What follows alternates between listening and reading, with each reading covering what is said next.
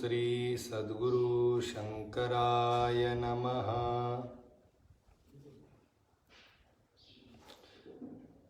यो अंतः प्रविश्य मम वाचमिमां प्रसुप्तां सञ्जीवयत्यखिलशक्तिधरस्वधाम्ना अन्यांश्च हस्तचरणश्रवणत्वगादीन् प्राणान् नमो भगवते पुरुषाय तुभ्यं। सदाशिवसमारम्भां शङ्कराचार्यमध्यमाम् अस्मदाचार्यपर्यन्तां वंदे गुरुपरंपरां। श्री गुरुभ्यो नमः।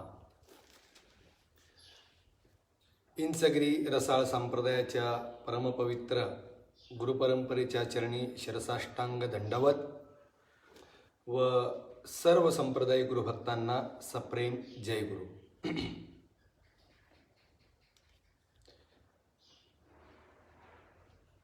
काल आपला 12 अभंगातील पहिला अभंग आणि त्या अभंगाचं चिंतन पूर्णत्वाला गेलेलं आहे आणि आजपासून आपण 12 अभंगातील दुसरा अभंग अहर्निशी सदा परमार्थ करावा पाय न ठेवावा आडमार्गी याचं चिंतन करण्यास सुरुवात करणार आहोत।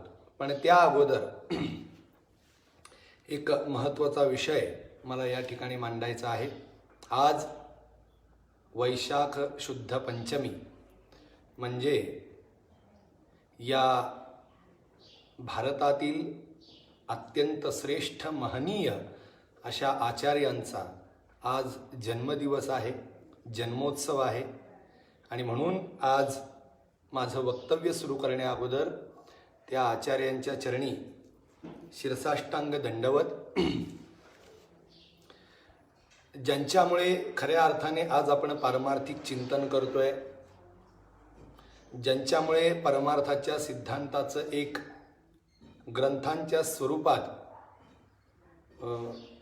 कथन किंवा ते सिद्धांत आपल्यापर्यंत पोहोचले आहेत आणि ज्यांनी भागवत धर्माची पताका आसेतु हिमाचल समग्र भारतात वस्तुतः प्रस्थापित केली, असे आपल्या भागवत धर्माचे आचार्य, प्रवर्तकाचार्य, संस्थापकाचार्य म्हटलं तरी चालेल असे असणारे आद्य गुरु शंकराचार्य यांचा आज जन्मोत्सव आहे। आचार्यांची श्रेष्ठता आणि त्या श्रेष्ठतेबद्दल वक्तव्य सुरू केलं तर मला असं वाटतंय की त्याच्यासाठी एक कार्यक्रम ठेवावा लागेल। एवढं व्यापक चरित्र आचार्यांचं आहे। आपण ज्या माऊलींच्या चरणी नतमस्तक होतो ते माऊली सुद्धा ज्यावेळेस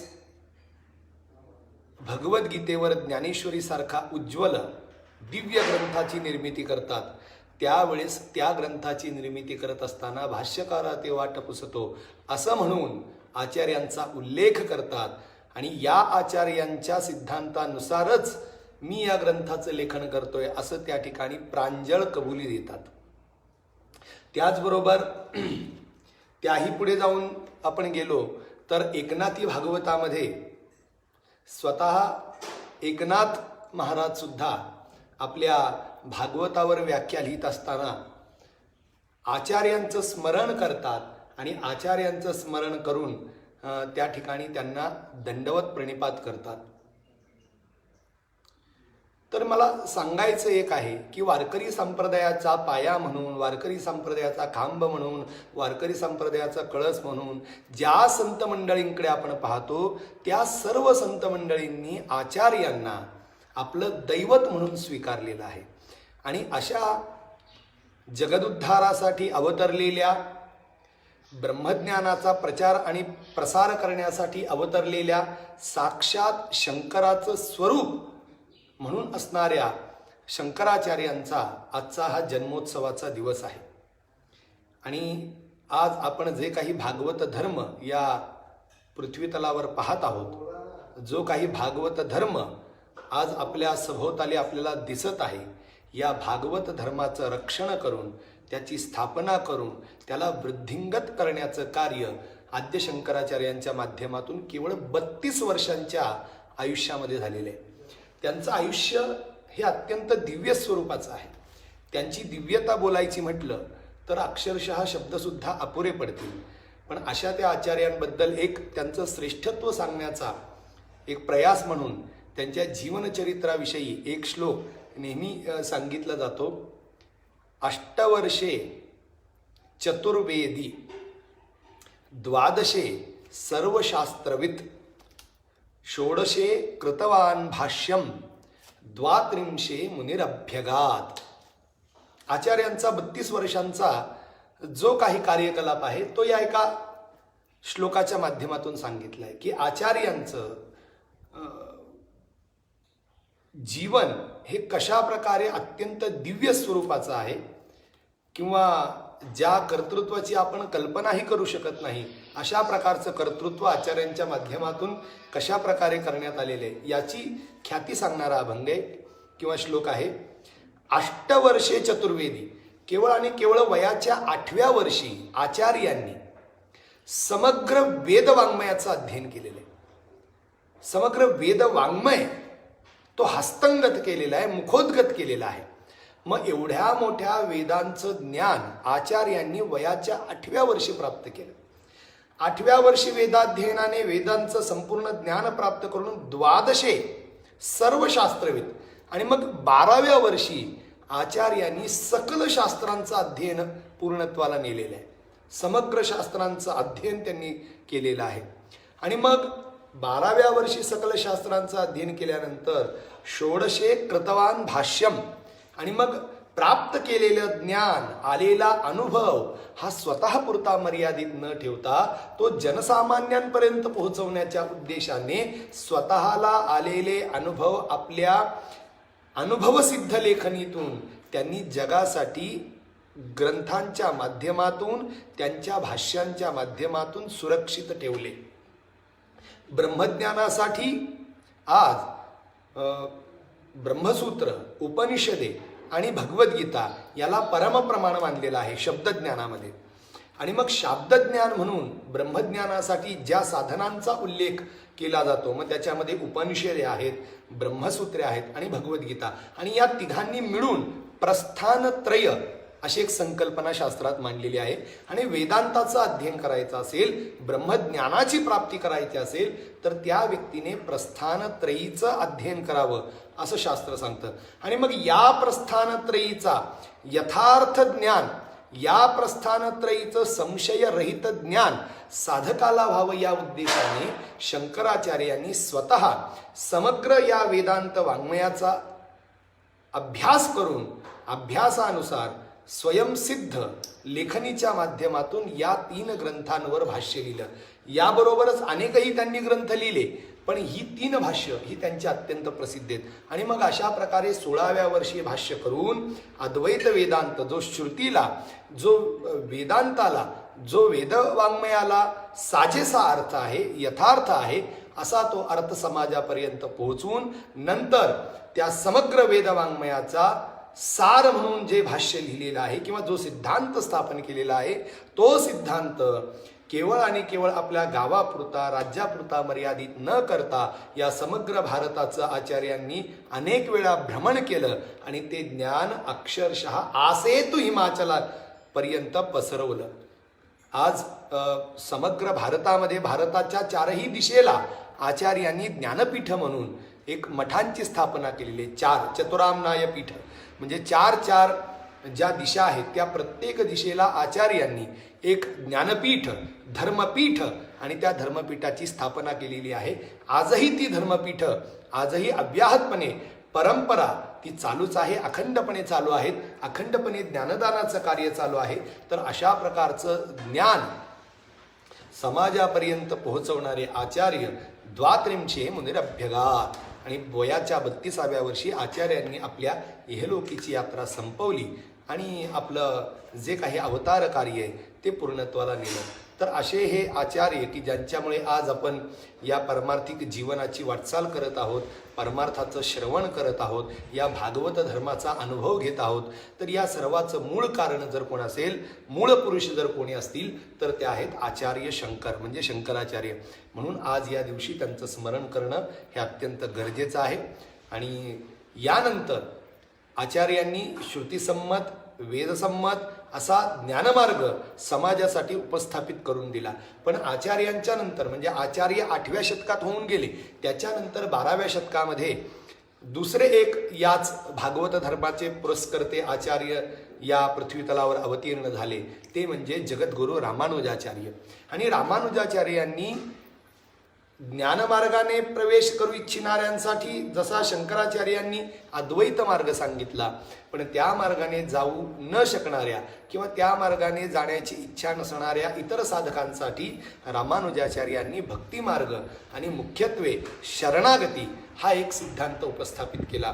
आज भारतामध्ये समग्र प्रत्येक राज्यामध्ये जो काही भक्तीचा प्रचार आणि प्रसार होत आहे, त्याला खरं तर कारण म्हणून एक जगद्गुरू रामानुजाचार्य हे एक महत्त्वाचं कारण आहेत.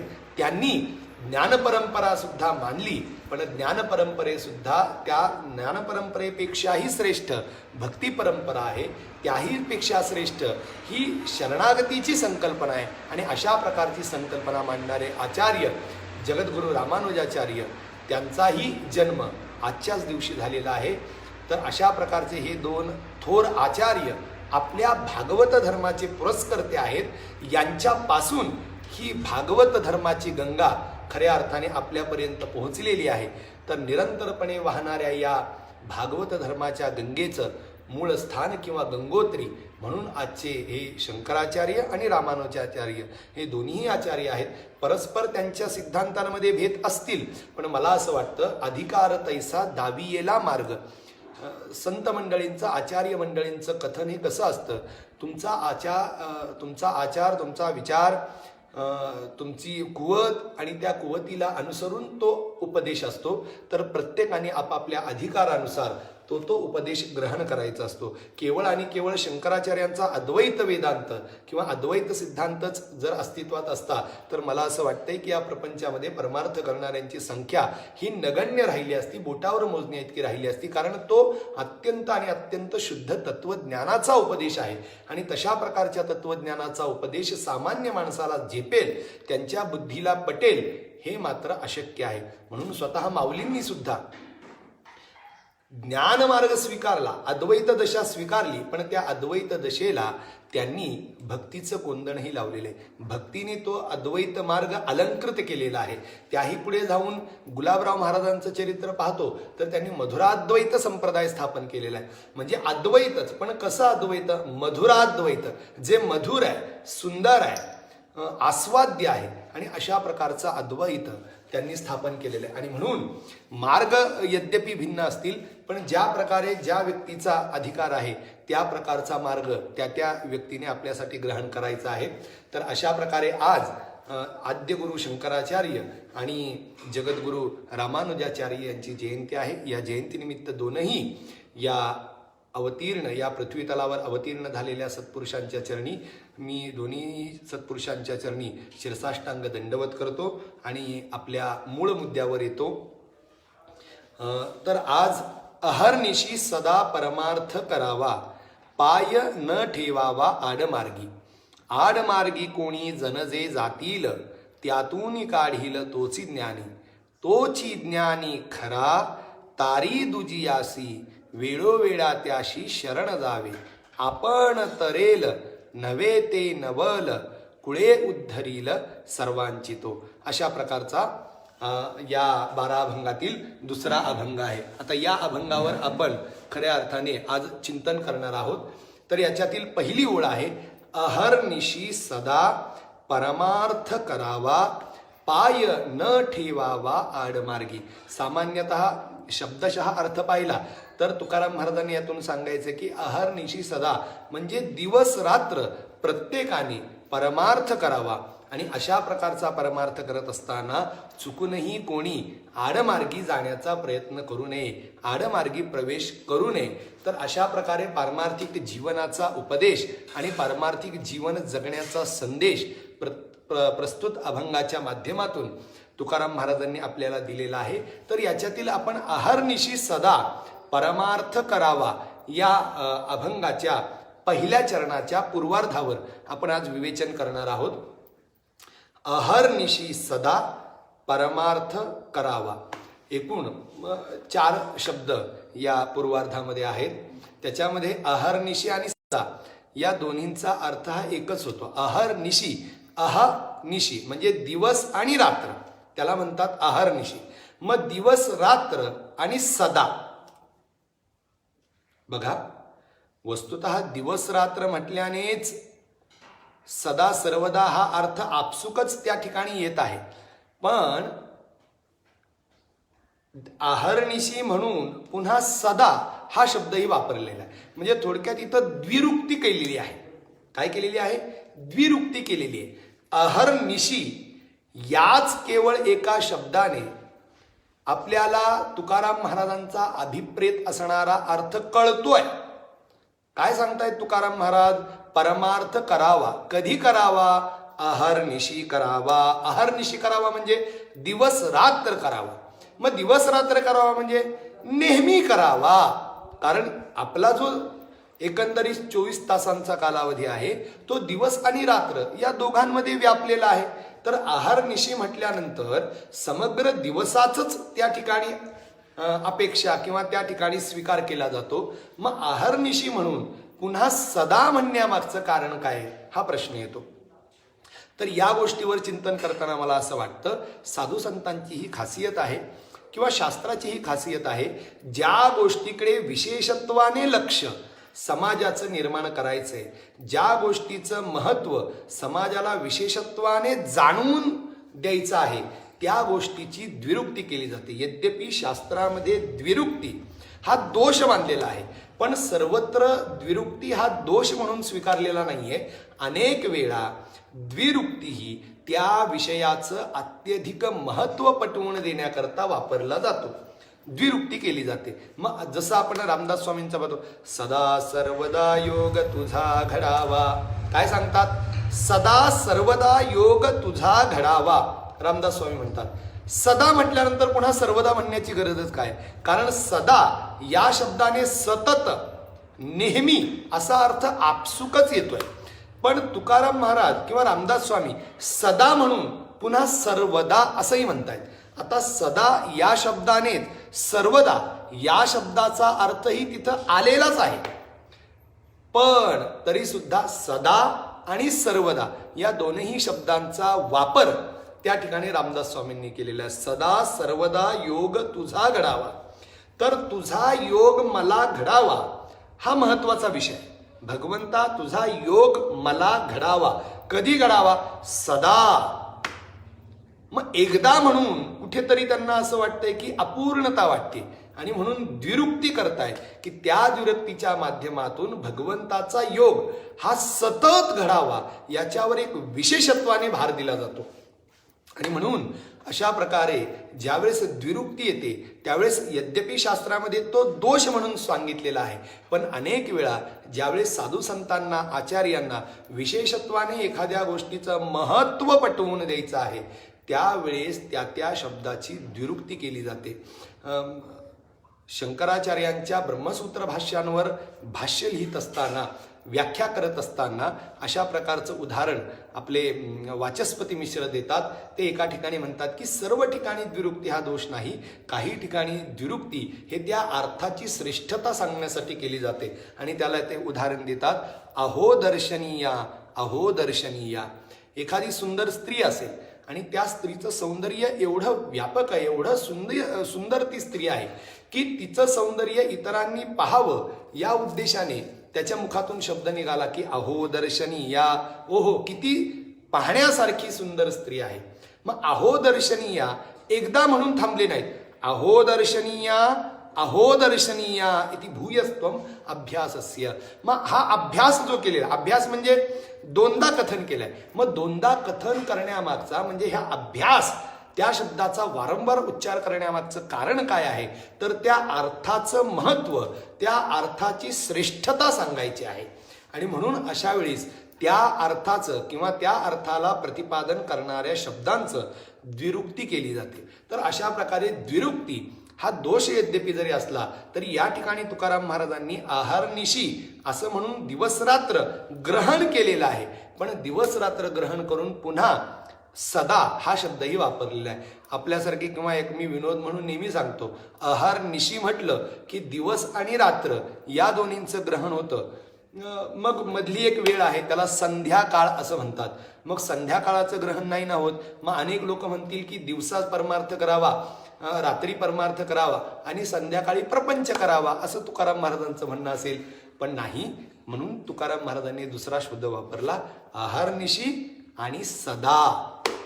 सदा म्हणजे सतत, नेहमी, कोणताही क्षण हा परमार्थाशिवाय माणसाने घालवूच नये ही तुकाराम महाराजांची इच्छा आहे. आणि तो अर्थ विशेषत्वाने प्रत्येक साधकाच्या अंतःकरणात बाणून देण्यासाठी, त्या अर्थाचं व्यवस्थित ज्ञान करून देण्यासाठी तुकाराम महाराज सांगतात की मंडळी तुम्ही करा. काय करा? परमार्थ करा. पण कसा करा? अहर्निशी करा. अहर्निशी म्हणजे काय हो? अहर्निशी म्हणजे सदा सर्वदा करा. तर अशा प्रकारे अहर्निशी सदा. तर अहर्निशी आणि सदा हे दोनही शब्द अर्थ एकच सांगतात. अहर्निशी म्हटल्यानंतरही सातत्य हाच एक अर्थ अभिप्रेत आहे आणि सदा हा शब्दही सातत्य हा एकच अर्थ सांगतोय.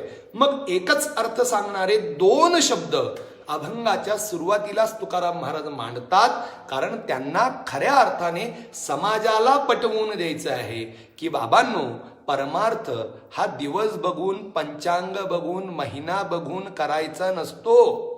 केवळ आणि केवळ वारी आली म्हणून आपण वारकरी व्हायचं नाही. तर वारकरी हा 12 महिन्याचा वारकरी हवाय. वारकरी म्हणजे काय? केवळ आणि केवळ 15 दिवसांची पायीवारी करणारा वारकरी होतो का?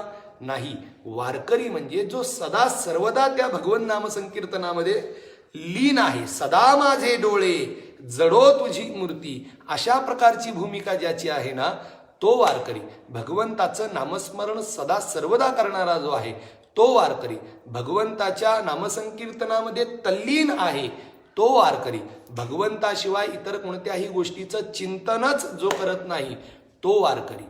तो खऱ्या अर्थाने पारमार्थिक वाटचाल करणारा साधक ठरतो.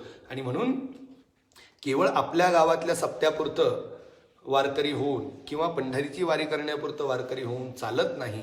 तर सदा सर्वदा तो भाव अंतःकरणात पाहिजे. भगवंताचं स्मरण सदा सर्वदा घडायला पाहिजे. भगवंताचं स्मरण सतत 24 तास, दिवस रात्र, सदा सर्वदा आपल्याला घडायला पाहिजे. एकही क्षण त्या भगवंताचा वियोग आपल्या मनाला व्हायला नाही पाहिजे. ही भूमिका ज्याच्या अंतःकरणात आहे ना, तोच खऱ्या अर्थाने साधक होतो. पण आजच्या काळामध्ये भगवंताचं स्मरण सर्वजण असे करतात असं नाही. पहा, मी एक विनोद म्हणून नेहमी सांगत असतो की देवाचं स्मरण किंवा देवाची आठवण माणसाने सदा सर्वदा करायची असते. आणि सदा सर्वदा आठवण करायची असते. देवानेही सांगितले की बाबा मला तू सतत माझं चिंतन कर, सतत माझं तू स्मरण कर, मी तुला सर्व प्रकारच्या दुःखातून मुक्त करेल. पण माणसं मात्र भगवंताचं स्मरण सदा सर्वदा करत नाहीत आणि मग त्याचा परिणाम माणसं दुःख भोगतात. मग देव हा दयाळू आहे, कृपाळू आहे. आणि कृपाळू असल्या कारणाने देवाला वाटलं की बाबा जीवाला प्रपंच खूप आहे आणि प्रपंचामध्ये खूप काही त्यांना करायचं आहे, त्यामुळं माझं स्मरण करू शकत नाहीत ते. आणि म्हणून देवाने सांगितलं की आषाढी कार्तिकी विसरू नका मज. देव सांगतो की बाबा नाही मला 12 महिने आठवता आलं तुम्हाला, नाही 12 महिने माझी सेवा करता आली, नाही 12 महिने माझी भक्ती करता आली, तर एक काम करा, आषाढी कार्तिकी विसरू नका मज. केवळ आषाढी आणि कार्तिकी या 2 महिन्यामध्ये तरी मला विसरू नका. तर आपण याच्यातून उपहास घ्यायचा आहे की देव म्हणतोय अरे मला तर 12 महिने तू आठवायला पाहिजे, पण 12 महिने नाही, निदान 2 दिवस तरी, 2 महिने तरी मला आठव. पण आपण आषाढी कार्तिकी याचा अर्थ केवळ आषाढी एकादशी आणि कार्तिकी एकादशी म्हणजे महिना न घेता एक दिवसच घेतोय. असो, हा विनोदाचा भाग असला तरी सुद्धा एक प्रकारे दुर्दशा दर्शवणारी गोष्ट आहे. तर मला असं वाटतं भगवंताचं नामस्मरण, भगवंताचं चिंतन हे कधी करावं याचा विचार करत असताना शास्त्र सांगतं की बाबा कधी करावं असं नाही, ते सदा सर्वदा करतच राहावं. कधीही एक क्षणही भगवंताच्या विचारांशिवाय आपण इतरत्र विचार करण्यात आयुष्य घालवू नये. आज मला या ठिकाणी शंकराचार्यांचा एक दृष्टांत द्यावासा वाटतो. शंकराचार्य काशीमध्ये गेले असताना काशी ही ज्ञानाची पंढरी मानलं जातं, ज्ञानपंढरी मानलं जातं. पूर्वीच्या काळी सकल शास्त्रांचं अध्ययन करण्यासाठी मंडळी काशी क्षेत्री जात असतात आणि काशी क्षेत्री जाऊन वेदवेदांतादी शास्त्रांचं अध्ययन करत असत. तर शंकराचार्य एके दिवशी असेच काशीमध्ये भ्रमण करत असताना त्यांनी एक अत्यंत वृद्ध व्यक्ती पाहिला आणि तो वृद्ध व्यक्ती गंगेच्या तीरावर बसून व्याकरणाची सूत्र पाठ करत होता. कशाची सूत्र पाठ करत होता? व्याकरणशास्त्राची. व्याकरणशास्त्र म्हणजे शब्द कशा प्रकारे तयार केले जातात, शब्दांमध्ये धातू कोणते असतात, शब्दांमध्ये प्रत्यय कोणते असतात, कोणत्या शब्दांचा काय अर्थ होतो, कोणत्या शब्दानुसार काय अपेक्षित असतं, काय अभिप्रेत असतं, या सर्व गोष्टींचं ज्ञान म्हणजे व्याकरणाचं ज्ञान. व्याकरण म्हणजे आपण जी भाषा बोलतोय, जी संस्कृत भाषा आहे, ती संस्कृत भाषा, त्या संस्कृत भाषेतील शब्द, त्या संस्कृत भाषेतील सर्व व्याकरणाचा विचार आणि त्या व्याकरणशास्त्रांचं अध्ययन करण्यासाठी एक वृद्ध व्यक्ती काशीमध्ये जाऊन अध्ययन करत होता. आणि मग पहाटे पहाटे भल्या पहाटे गंगेच्या तीरावर बसून तो व्यक्ती व्याकरणाची सूत्र घोकत होता, म्हणजे व्याकरणाची सूत्रांचं पाठांतर करत होता. डुकरे करणे, डुकरे करणे, डुकरे करणे म्हणजे कृ धातू हा करण, करणे या अर्थाने लागला आहे, कृ धातू हा करणे या अर्थाने होत आहे. तर अशा प्रकारे धातू आणि धातूच्या अर्थाचा रट्टा मारत होता. वयाची 90-100 गाठलेला मनुष्य आणि या वयात सुद्धा शब्दजाळामध्ये अडकतोय. आणि मग खरंच शंकराचार्यांना त्या माणसाची कीव आली आणि कुठेतरी त्याला सदुपदेश द्यावा या उद्देशाने आचार्य त्याच्यापर्यंत पोहोचले आणि म्हणले, अरे तू काय करतोयस, तुझं वय बघ, अंगम गलितम पलितम मुंडम दशन विहीनम जातम तुंडम. अरे तुझं अंग बघ, सगळं अंग गळून गेलेलं आहे, तुझं शरीर वार्धक्याने पूर्ण ग्रस्त केलेलं आहे. आणि मग अशा प्रकारे वार्धक्याने ग्रसित झालेलं शरीर किती काळ टिकणार आहे तुझं? आणि म्हणून आता तरी हे असं डुकरी करणे, ही जी व्याकरणाची सूत्र आहे ती सोडून दे आणि काय कर, भज गोविंदम भज गोविंदम गोविंदम भज मूढमते संप्राप्ते सन्निहिते काले नहीं नहीं रक्षती डुकरे करणे. मग त्यावेळी शंकराचार्य त्याला उपदेश देतात, अरे भज गोविंदम, अरे भगवंताचं भजन कर, भगवंताचं गुणगान कर, भगवंताचं स्मरण कर. भज गोविंदम भज गोविंदम भज गोविंदम मूढमते. अरे मूर्खा, तू भगवंताचं भजन कर, तुझं वय काय, तुझं शरीर बघ, अंग गलित झालेलं आहे आणि अशा दंत नाही, तुझ्या तोंडामध्ये दात नाहीत, अंगावर कोणत्याही प्रकारचं तारुण्य नाहीये, कोणतीही कळा नाहीये, वार्धक्याने संपूर्ण शरीर ग्रसलेले आणि या दशेतही भगवंताचं नामस्मरण सोडून तू व्याकरणाची सूत्र पाठ करत बसलाय. आणि मग त्याला सांगितलं की बाबा गोविंदाचं भजन कर, गोविंदाचं भजन कर. का? संप्राप्ते सन्निहिते काले. कारण आता तू वार्धक्याने तुझं शरीर पूर्ण ग्रस्त झालेलं आहे, जीर्ण झालेलं आहे. कधी तुझ्या शरीराचा त्याग करून आत्मापक्षी उडून जाईल हे सांगता येणार नाही. आणि म्हणून संप्राप्ते सन्निहिते काले, ज्या वेळेस जो क्षण तुला आता मिळालेला आहे, या क्षणाचा सदुपयोग कोल. या प्राप्त झालेल्या क्षणी तू काय करायला पाहिजे? भगवंताचं गुणगान करायचे. आणि म्हणून ती व्याकरणाची सूत्र सोडून दे आणि भगवंताच्या नामस्मरणाला सुरुवात कर, अशी भूमिका दाखवली. मी ही गोष्ट सांगण्यामागचं कारण काय, हा प्रसंग सांगण्यामागचं कारण काय? कारण एवढाच आहे, आज आपलं आयुष्य बऱ्यापैकी निघून गेलेलं आहे आणि आता कोण काळ येईल कैसा नाही घडीचा भरवसा, असं स्वामी म्हणतात, रामदास स्वामी म्हणतात. कोणता काळ कशा प्रकारचा असेल आपण सांगू शकत नाही. आणि म्हणून जो क्षण मिळालेला आहे, याच क्षणी आपल्याला आपल्या जीवनाचं कल्याण करण्यासाठी भगवंताच्या नामस्मरणाची सुरुवात करायला पाहिजे. ज्या क्षणी म्हणजे कधीही कोणत्याही, मी आता उद्या करेल, परवा करेल, वार्धक्य आल्यानंतर करेल, रिटायरमेंट नंतर करेल, किंवा अशा प्रकारची भूमिका जर आपण मांडत असू परमार्थाबद्दल, तर ती अत्यंत दुःखाची गोष्ट आहे. परमार्थ हा रिटायरमेंट नंतर किंवा निवृत्तीनंतर करावयाचा व्यवसाय नाहीये, करावयाचा धंदा नाहीये किंवा करावयाचं काम नाही.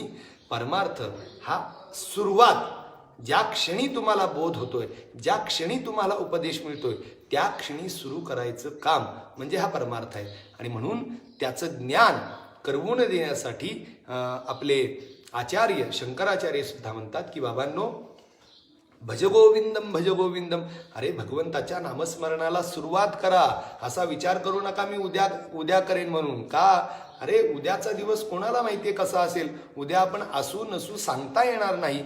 आणि म्हणून कल करे सो आज कर, आज करे सो अब, पल में प्रलय हो जाएगा काज करेगा कब. उद्या जे करायचंय ते आज करावं, आज जे करायचंय ते आत्ता करावं आणि आत्ताचं काम लगेच सुरू करावं. का?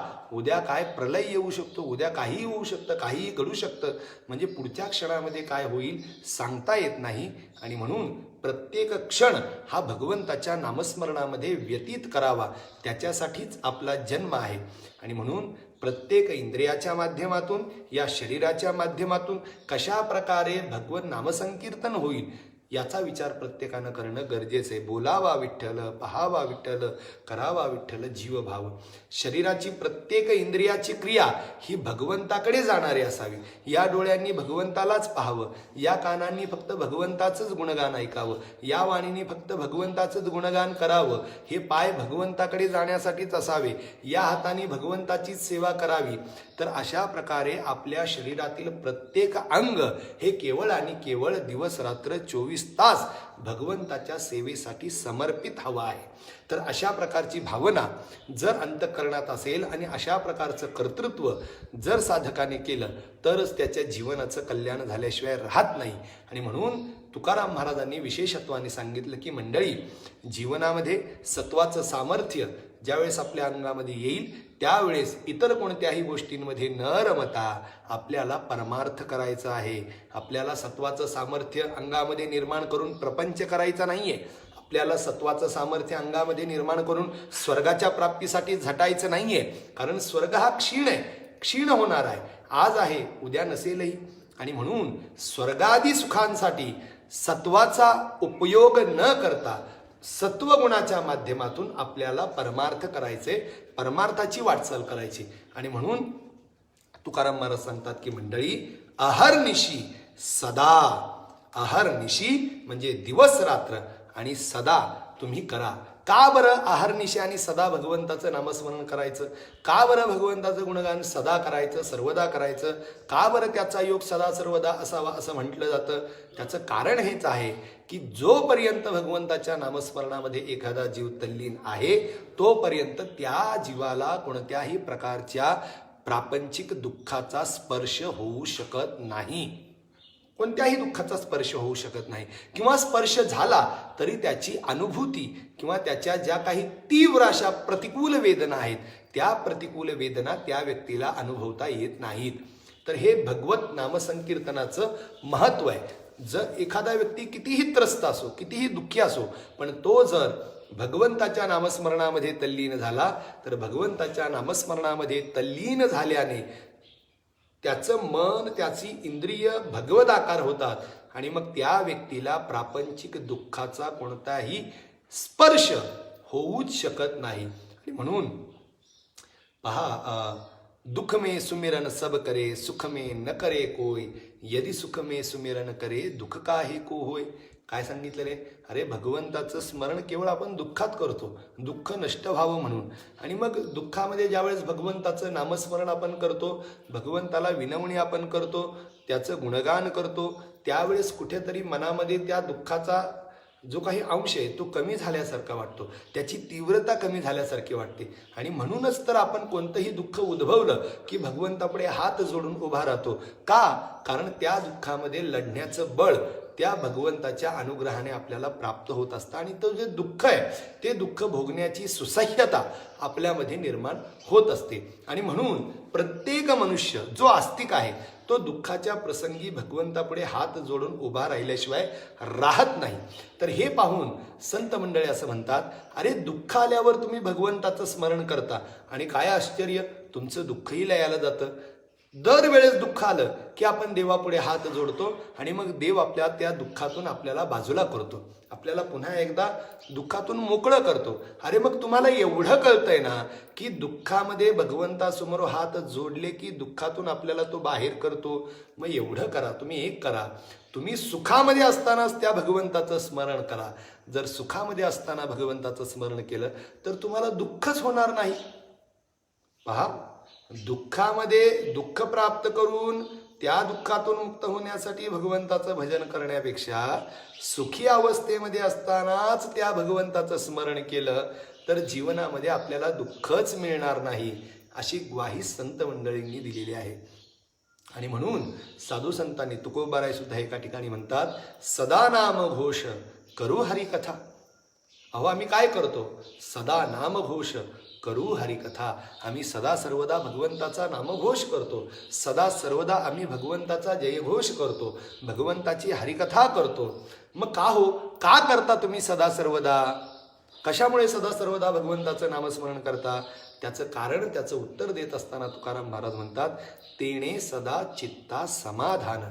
अहो भगवंताचं सदा सर्वदा गुणगान केलं, भगवंताचं सदा सर्वदा गुणसंकीर्तन केलं, भगवंताची हरिकथा सदा सर्वदा गायली की त्याचा परिणाम तेने सदा जीवा, तेने सदा सुख, म्हणजे सदा नाम घोष करू हरिकथा, तेने सदा चित्ता समाधान. सर्व सुख ल्यालो सर्व अलंकार, आनंदे निर्भर डुल्लत असो ऐसा कोठे आठवची नाही, देहीच विदेही भोगू दशा. तुका म्हणे आम्ही झालो अग्निरूप, लागो नेदू पाप पुण्यांगा. तुकाराम महाराजांनी कबुली दिलेली आहे. अहो मंडळी, तुम्हाला जर सदा सर्वदा आनंदामध्ये अगदी निमज्जित व्हायचं असेल, 24 तास आनंद अनुभवायचा असेल, सर्व दुःखातून मुक्त व्हायचं असेल, तर तुम्ही एक करा. जर सदा सर्वदा दुःखातून मुक्त होऊन सदा सर्वदा आनंद तुम्हाला प्राप्त करायचा असेल तर सदा सर्वदा भगवंताचं नामसंकीर्तन आणि भगवंताचं नामस्मरण तुम्ही करायला पाहिजे. जोपर्यंत नामसंकीर्तन चालू राहील तोपर्यंत दुःखाचा लवलेशही तुम्हाला स्पर्शू शकणार नाही. आणि ज्या क्षणी तुम्ही नामसंकीर्तन बंद कराल त्या क्षणी दुःखाचा संस्पर्श तुम्हाला झाल्याशिवाय राहणार नाही. आणि म्हणून सदा हा शब्द अत्यंत महत्त्वाचा आहे.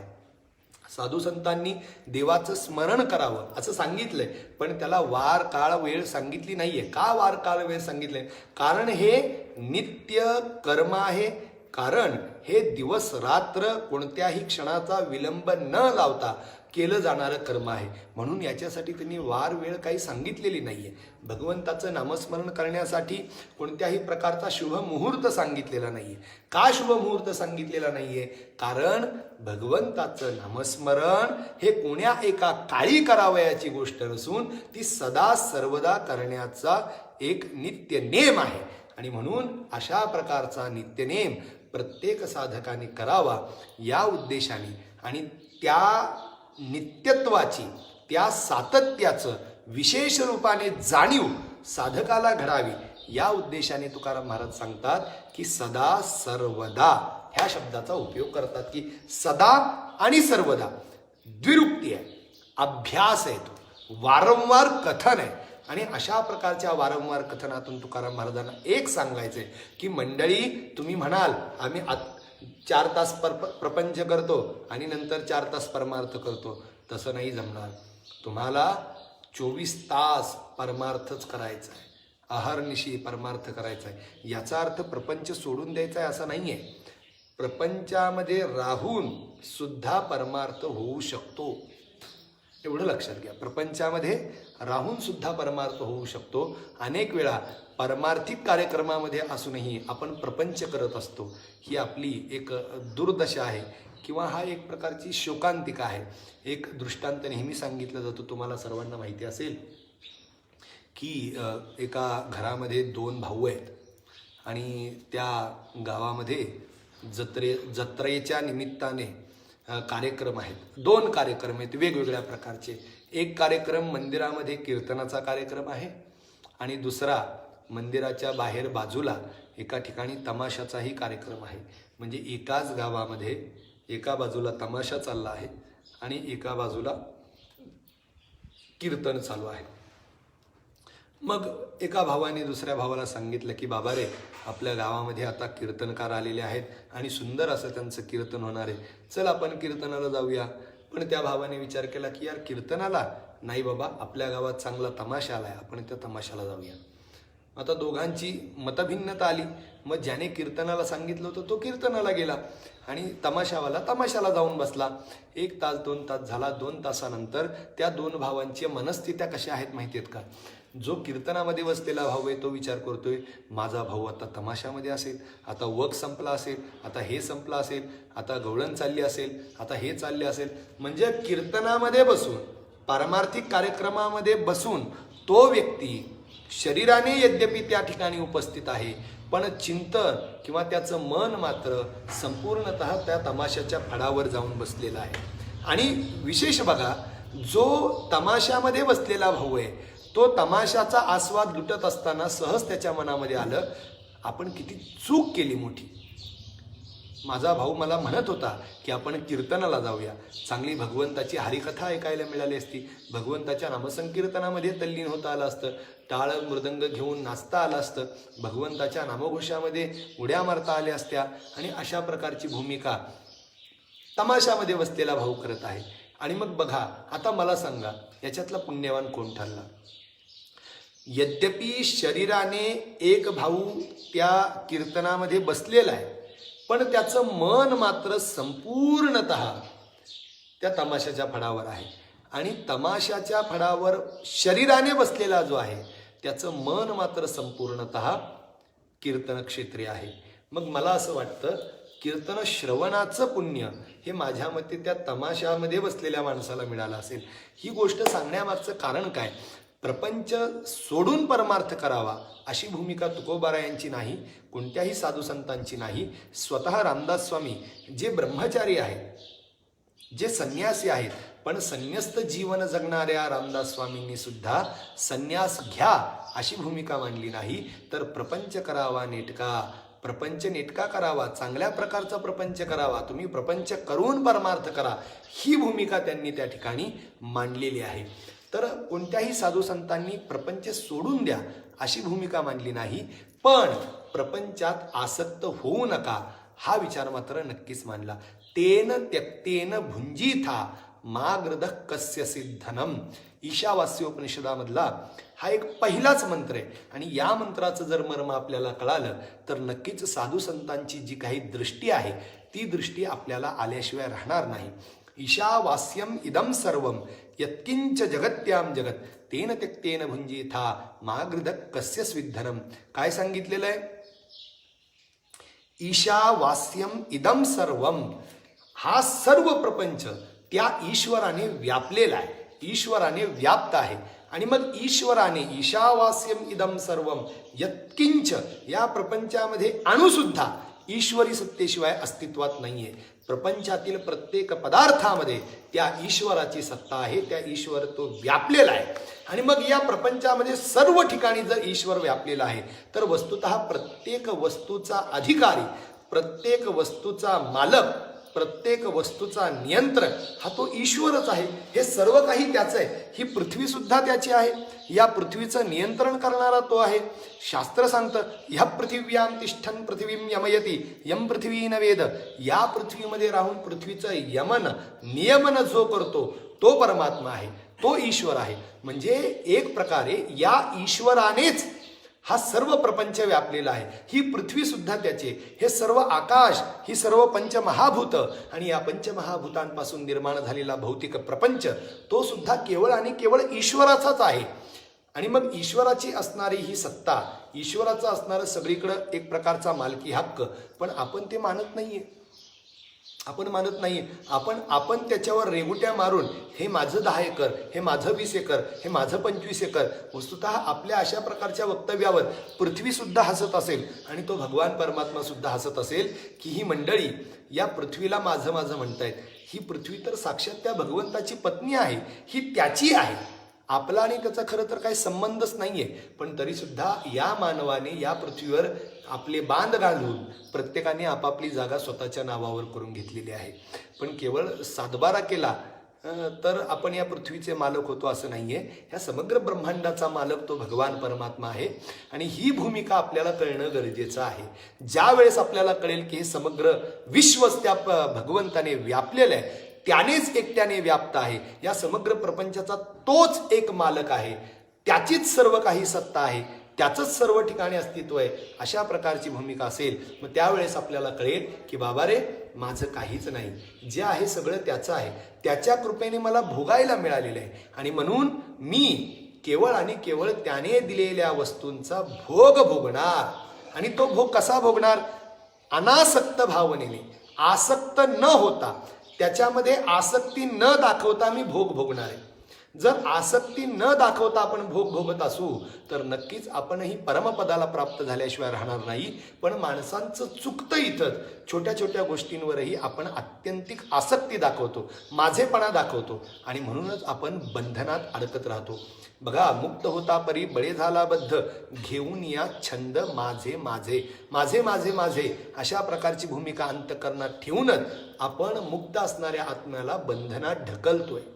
तर अशा प्रकारे ही सर्व ईश्वरी अस्तित्व आहे, ईश्वरी सत्तेने चालू आहे आणि ईश्वरी सत्तेने चालू असणाऱ्या या गोष्टी सर्व ईश्वराच्या आहेत, त्याच्यावर आपला हक्कच नाही, अशा प्रकारची भूमिका मांडणं गरजेचं आहे. तर मला एक सांगायचं आहे की भगवंताचं पूजन करण्यासाठी, भगवंताची सेवा करण्यासाठी, भगवंताचं गुणगान करण्यासाठी, त्याचं नामसंकीर्तन करण्यासाठी वस्तुतः दिवस पाहणं गरजेचं नाही, सप्ताह पाहणं गरजेचं नाही, महिना पाहणं गरजेचं नाही, मुहूर्त पाहणं गरजेचं नाही. जो क्षण मिळालेला आहे, ज्या क्षणी कळालेलं आहे, त्याच क्षणी भगवंताच्या नामसंकीर्तनाला सुरुवात करायची आहे.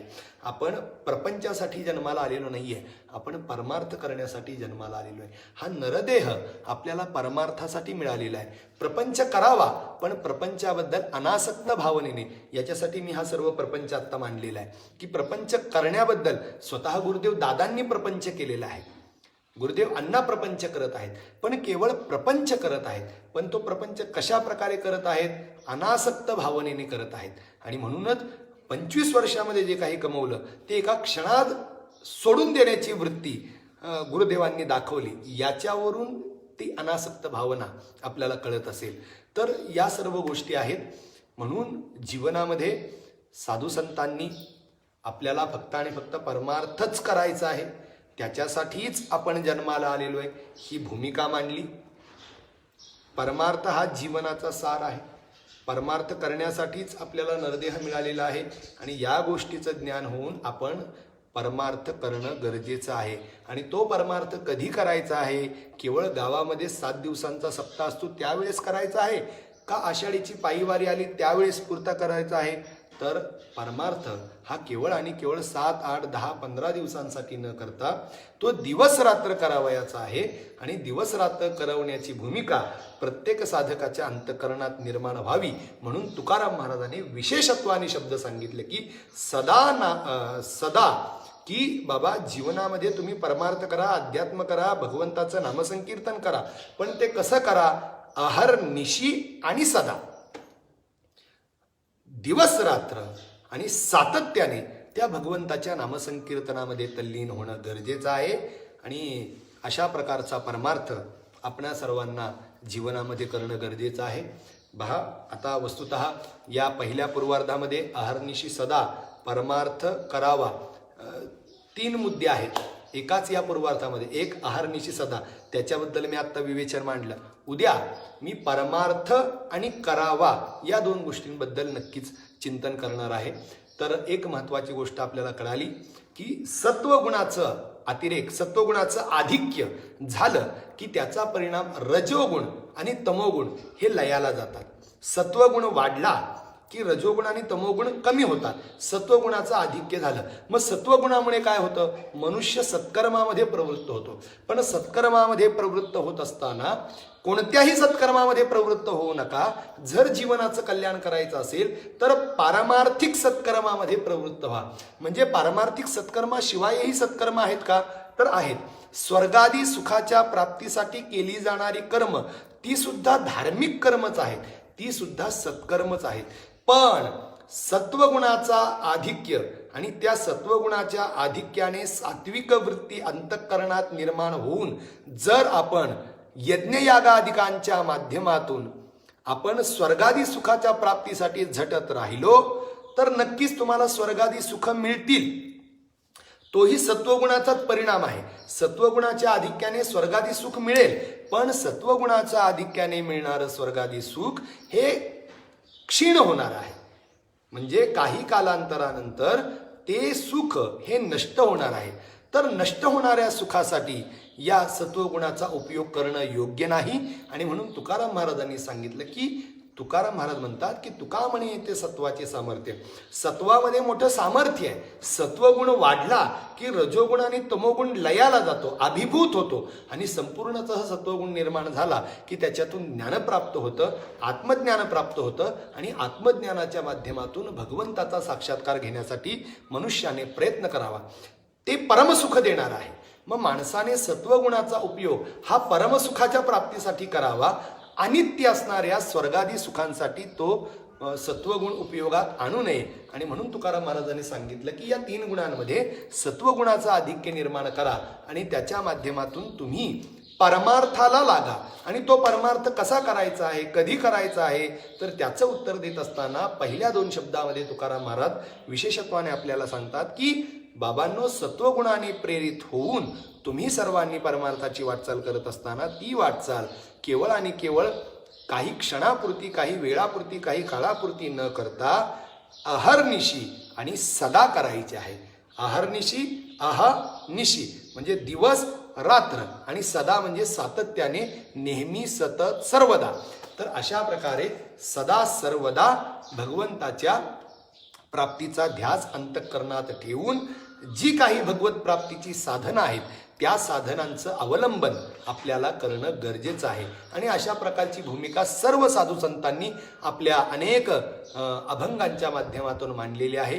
सदा नाम घोष करू हरिकथा घेऊ, किंवा सदा माझे डोळे जडो तुझी मूर्ती घेऊ, किंवा सदा सर्वदा योग तुझा घडावा, या सर्व अभंगांच्या माध्यमातून परमार्थ, भगवत सानिध्य, भगवंताचं नामस्मरण किंवा भगवत साक्षात्कारासाठी अपेक्षित असणाऱ्या साधनांचा अवलंबन हे कोणत्या काळी करावं याचं उत्तर देत असताना ज्ञानोबा, तुकोबा, रामदास स्वामी सगळ्या संतांनी सांगितले की ते फक्त आणि फक्त काळापुरतं, वेळेपुरतं मर्यादित नाही, तर सदा सर्वदा तुम्हाला त्या परमार्थाचं अनुसंधान करणं गरजेचं आहे.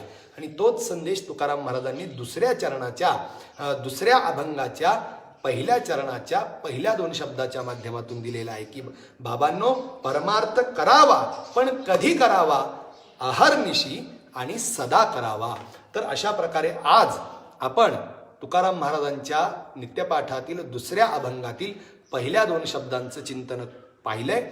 उद्या आपण परमार्थ या शब्दाचं चिंतन करू, जे अत्यंत महत्वाचं आहे की जो सदा सर्वदा करायचा आहे, जो अहर्निशी करायचा आहे, तो काय आहे, परमार्थ आहे. मग त्या परमार्थाचं स्वरूप आपण उद्या समजून घेऊ. तर आज या ठिकाणीच मी आपल्या चिंतनाला पूर्णविराम देत आहे. आणि माझं वक्तव्य संपवण्या अगोदर एक महत्त्वाचा संदेश, महत्त्वाची सूचना. उद्या वैशाख शुद्ध षष्ठीचा दिवस आहे. वस्तुतः उद्याचा षष्ठीचा दिवस हजारोंच्या संख्येने आपण गुरुदेव दादांच्या जन्मभूमीमध्ये दरवर्षी साजरा करतो. आपली ती एक अखंड परंपरा आहे. पण यावर्षी तुम्हा सर्वांना माहिती आहे, कोरोना या रोगाचा प्रादुर्भाव झाल्या कारणाने आपण श्री क्षेत्र कोळेवाडी येथे गुरुदेव दादांच्या जन्मोत्सवानिमित्त असणारा जो काही सप्ताह आहे तो सप्ताह आपण करू शकत नाही. पण तरीसुद्धा जसा आपण अक्षय तृतीयेचा जन्मोत्सव गुरुदेव दादांचा फेसबुकच्या माध्यमातून साजरा केला, त्याचप्रमाणे उद्याचा कार्यक्रमही आपण या फेसबुक लाईव्हच्या माध्यमातून साजरा केलेला आहे. श्री क्षेत्र कोळेवाडी येथील सप्ताह तुमच्या आमच्यासाठी म्हणजे परगावची जी लोक आहेत त्यांच्यासाठी तो निषिद्ध आहे. त्यांनी तिथे जायचं नाहीये. पण आपली जी परंपरा आहे ती परंपरा आपण अखंडितपणे ठेवलेली आहे. गुरुदेव अण्णांच्या आणि तुकाभाऊंच्या म्हणण्यानुसार क्षेत्र कोळेवाडी येथील आपली जी गुरुभक्त मंडळी आहेत त्यांनी अगदी सप्ताहाच्या पहिल्या दिवसापासून त्या ठिकाणी कलश विना पूजन करून नित्य आपला 24 तास विण्याचा तिथं सुमधुर ध्वनी समर्थांच्या मंदिरामध्ये जपासहित चालू आहे. तर विणा हा अखंडपणे त्या ठिकाणी चालू आहेच, फक्त आपण त्या ठिकाणी पोहोचू शकत नाही. असो, ही एक प्रकारची विपत्ती आहे. या विपत्तीला आपल्या सर्वांना एकत्रित येऊन सामोरं जायचं आहे. असो, अनेक प्रकारे भगवंत किंवा सद्गुरुनाथ परीक्षा घेतात. हा आपला परीक्षेचा काळ आहे. या काळामध्ये आपल्याला अधिक अभ्यास करायचा आहे. अधिकाधिक अभ्यास करून या परीक्षेत चांगल्या मार्काने आपल्याला उत्तीर्ण व्हायचं आहे. या कोरोनामुळे आपल्याला आपल्या सद्गुरूंपासून दूर जायचं नाहीये, तर आपल्याला अधिकाधिक त्यांच्या जवळ यायचंय. ही एक गोष्ट लक्षात ठेवणं गरजेचं आहे. तर उद्या दुपारी बरोबर 2:35 जसं आपण दर महिन्याला गुरुदेव दादांच्यावर पुष्पवृष्टी करतो, त्याच प्रकारची पुष्पवृष्टी फेसबुक लाईव्हच्या माध्यमातून या संतभूमीमध्ये होईल, कोळेवाडीमध्ये होईल. प्रत्येक गुरुभक्ताने आपापल्या घरी षष्टीचा, हा वैशाख शुद्ध षष्टीचा समर्थांचा कार्यक्रम साजरा करायचा आहे. उद्या महाराजांचं प्रवचन होईल आणि प्रवचन झाल्यानंतर पुष्पवृष्टीचा कार्यक्रम होईल. तर आपण उद्या 11 वाजता भेटणार आहोतच, पण 11 वाजता भेटून पुन्हा 2 वाजता आपण सर्वजण या फेसबुक लाईव्हच्या माध्यमातून एकत्रित येऊयात. तोपर्यंत तुम्हा सर्वांना एक विनंती, या कोरोनाचा प्रादुर्भाव थांबवण्यासाठी सरकारने सांगितलेल्या सर्व सूचनांचं पालन करावं, सर्वांनी घरीच राहावं आणि या कोरोनाशी लढा द्यावा आणि पारमार्थिक जीवनाची वाटचाल करण्यासाठी अपेक्षित असणाऱ्या साधनांचा विचार आणि त्याच्याबद्दल चिंतन करत आपला काळ सत्कारने लावावा. जय गुरु.